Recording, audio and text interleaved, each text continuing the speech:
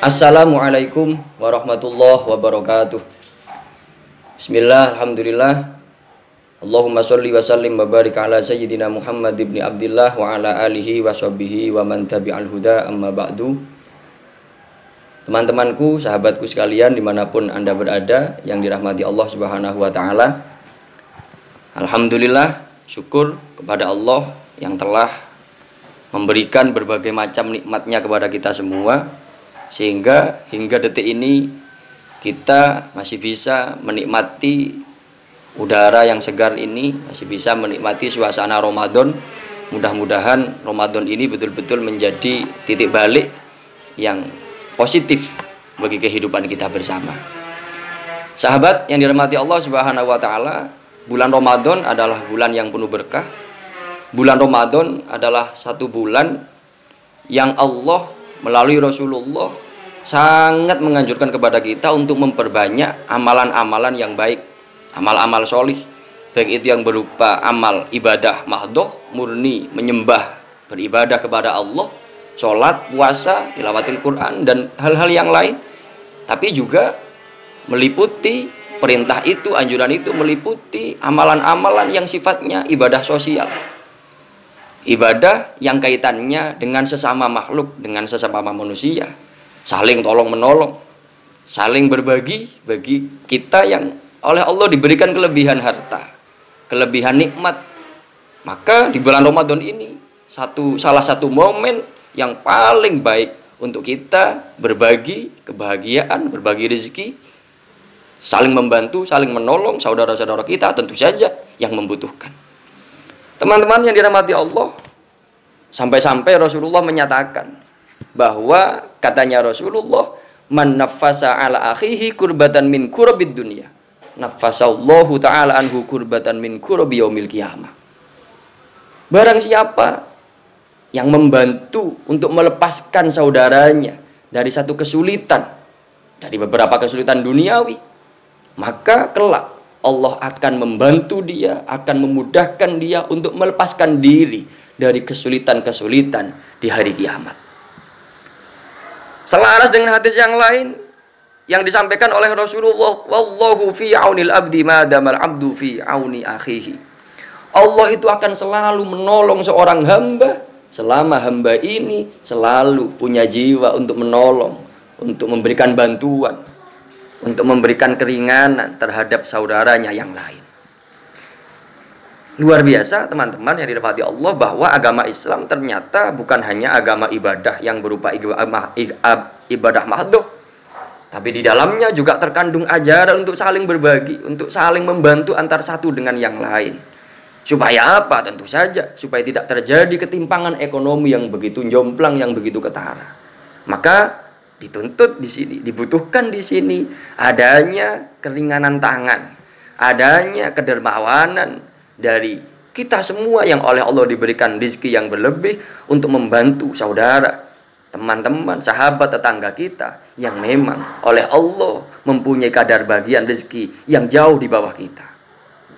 Ini satu-satunya atau salah satu solusi yang ditawarkan oleh agama Islam untuk menanggulangi ketimpangan ekonomi dengan cara saling berbagi, saling membantu. Sehingga seharusnya tidak ditemukan lagi ada satu keluarga, ada seseorang yang mengalami kelaparan, padahal di sekitaran rumah dia kita menemukan banyak sekali saudara-saudaranya, tetangga-tetangganya yang oleh Allah ternyata diberikan rezeki yang berlebih dari sekedar untuk memenuhi kebutuhannya, bahkan lebihnya sangat banyak kadang-kadang. Disinilah fungsi dari saling menolong, disinilah fungsi dari saling berbagi. Sehingga ketika fungsi ini betul-betul dijalankan oleh masyarakat kita, oleh kita semuanya, tanpa ada paksaan dari siapapun, insya Allah yang namanya tindak kriminal yang disebabkan oleh keterbatasan ekonomi, oleh tuntutan ekonomi, tidak akan mungkin terjadi lagi. Kenapa? Karena sudah tidak ada lagi orang yang merasa terpaksa harus mengambil hak orang lain karena tuntutan ekonomi. Dikarenakan apa? Sudah terbantu oleh saudaranya yang memang Allah titipi rezeki yang berlebih. Yang pada hakikatnya, kalau kita mau bicara hakikat daripada rezeki yang berlebih, itu adalah Allah memang sengaja menitipkan rezeki orang-orang fakir, rezeki orang-orang miskin kepada kita yang oleh Allah diberikan kelebihan harta tersebut.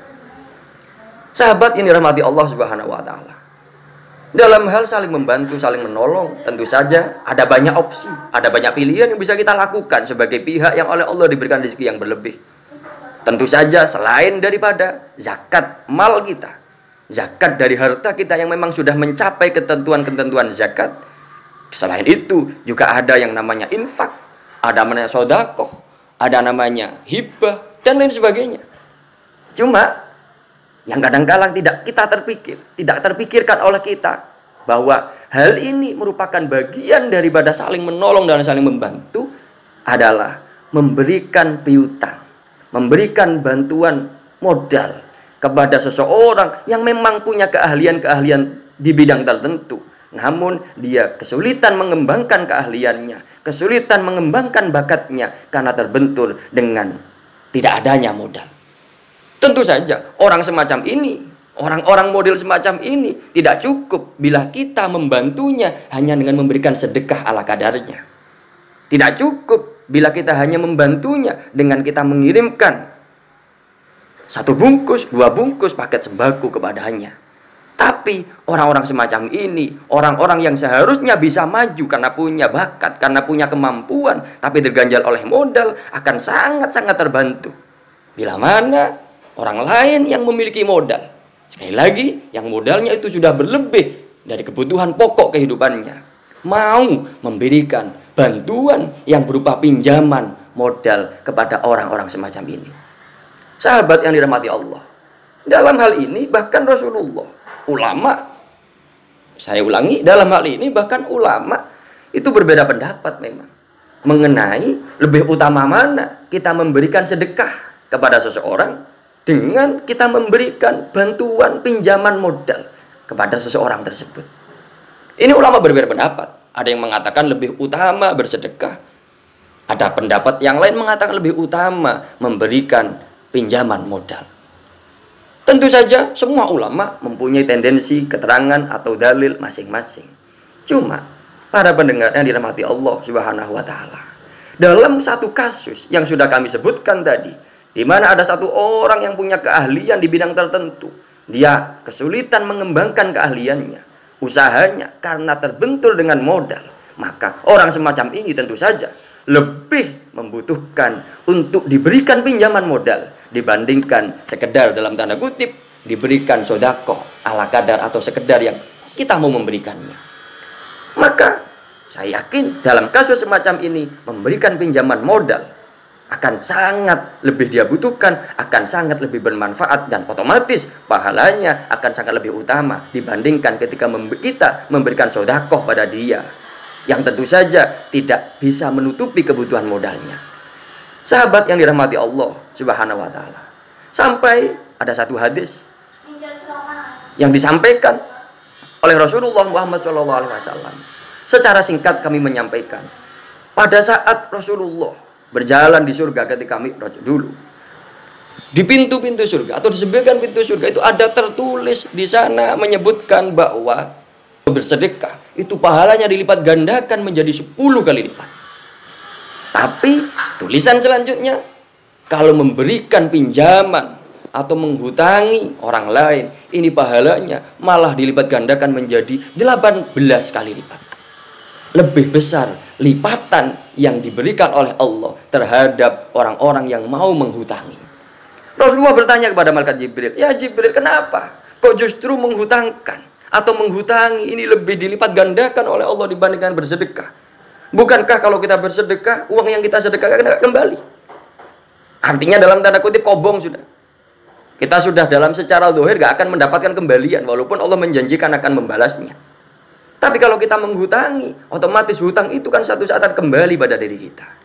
Jibril memberikan jawaban yang begitu cerdas. Beliau menyampaikan bahwa orang ketika meminta sesuatu, yang mana meminta ini menjadi salah satu penyebab untuk kita bersedekah pada dia. Kadangkala sebenarnya di rumah dia sudah punya kecukupan, tapi dia masih saja minta. Dan ini banyak sekali terjadi, terutama di tempat-tempat tertentu di kota-kota. Banyak orang memang nuwun sewu justru meminta menjadi profesinya, meminta justru menjadi pekerjaannya sehari-hari, yang kadang-kadang asetnya sudah banyak di rumah. Tapi beda teman-teman, sahabat yang dirahmati Allah. Katanya Jibril, kalau seseorang sudah mau meminjam uang, mau mengajukan permohonan hutang, pasti didasari oleh kebutuhan yang begitu mendesak. Atas dasar tolong menolong atau filosofinya menolong sesama inilah, maka ada celah di mana menghutangi ini lebih utama dibandingkan memberi atau bersedekah. Teman-teman yang dirahmati Allah Subhanahu wa taala, tentu saja yang menghutangi, yang menurut sebagian ulama ini lebih utama daripada sedekah, menghutangi yang tanpa ada embel-embel bunga sedikit pun.